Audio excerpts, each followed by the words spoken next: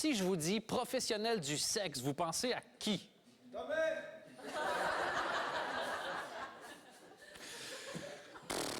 Je suis fatigué de faire cette émission, fatigué. On pense à une sexologue, forcément. Et on a une comédienne qui est une fausse sexologue à qui on va vraiment parler de sexe. L'année passée, elle a sorti un livre qui s'appelle « Confession de Rachel, la sexologue belge ». Elle est avec nous ce soir pour nous en parler en live. Mesdames, Messieurs, je vous demanderai d'accueillir Mathilda Ancora. Ça va bien? Merci beaucoup, merci d'être là.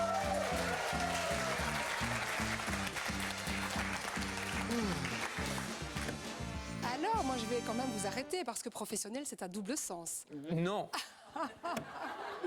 Mais moi, j'avais dit ça naïvement. J'imagine. Professionnel, c'est dès qu'on gagne de l'argent avec ça. Et vous avez vendu des livres? J'en ai vendu, donc, effectivement. Alors, on va dire experte. C'est pas mal, non? Experte rémunérée ou experte tout court? Ça dépend. Comment c'est arrivé au personnage de la sexologue? Alors, comment c'est arrivé? Bon, alors ça, c'est beaucoup moins drôle. En 2007, j'ai eu un cancer de la thyroïde. Oui, effectivement. C'est très gai, hein? Ça vient c'est très chouette. Et donc, c'est vrai que, sans vouloir jouer Cosette, ça a été une année quand même assez difficile. Et j'ai voulu décompresser, tout simplement. Et en 2008, j'ai commencé à écrire des chroniques. Et de fil en aiguille, j'ai créé ce personnage. Et je me suis dit, mais les gens ont vraiment des problèmes sexuels. Mais en tout cas, je m'amuse beaucoup, je me suis beaucoup amusée.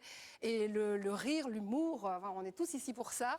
C'est vraiment le meilleur antidépresseur qui soit. Ouais, les gens sont ici pour ça, mais souvent, quand ils regardent l'émission, ils sont déçus. Donc, moi, je fais mon maximum. Tant pis pour eux. C'est pour ça qu'on a des invités. Vous avez fait beaucoup de recherches, effectivement, pour le personnage. Et on m'a dit qu'entre autres, vous avez trouvé des us et coutumes assez fascinants au Japon.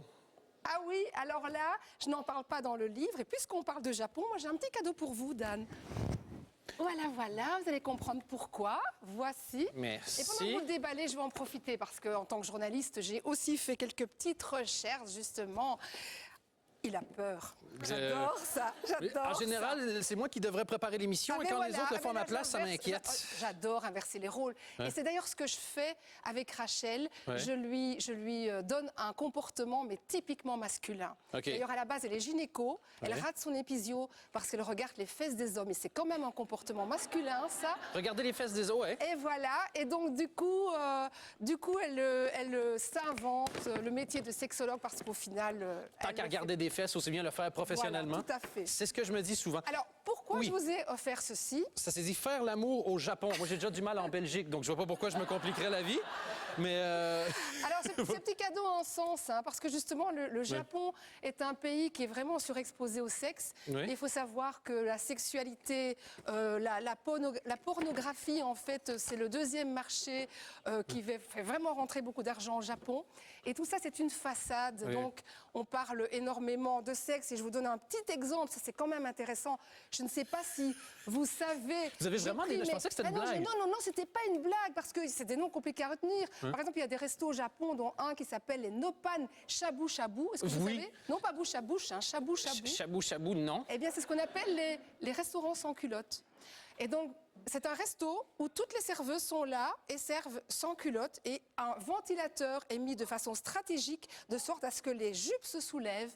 Et alors ça, en tant que féministe, je trouve que c'est une horreur parce que les femmes font office de table et les hommes mangent sur le ventre, sur le fessier. Ouais.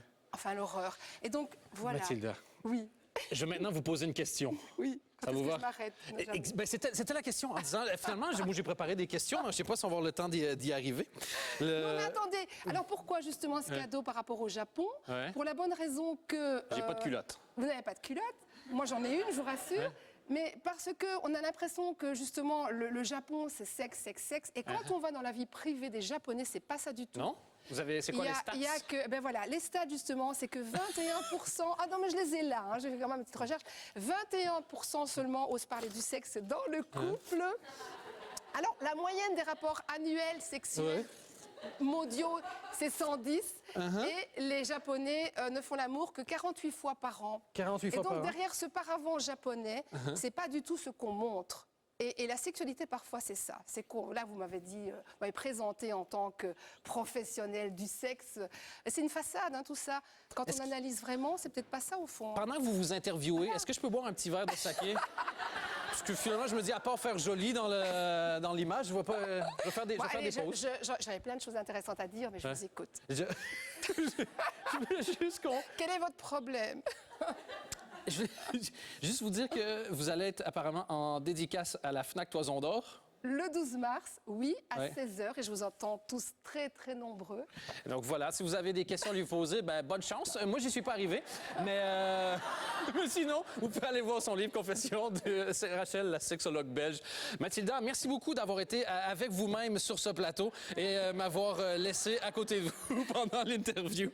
Encore une fois, c'était Mathilda encore. Merci.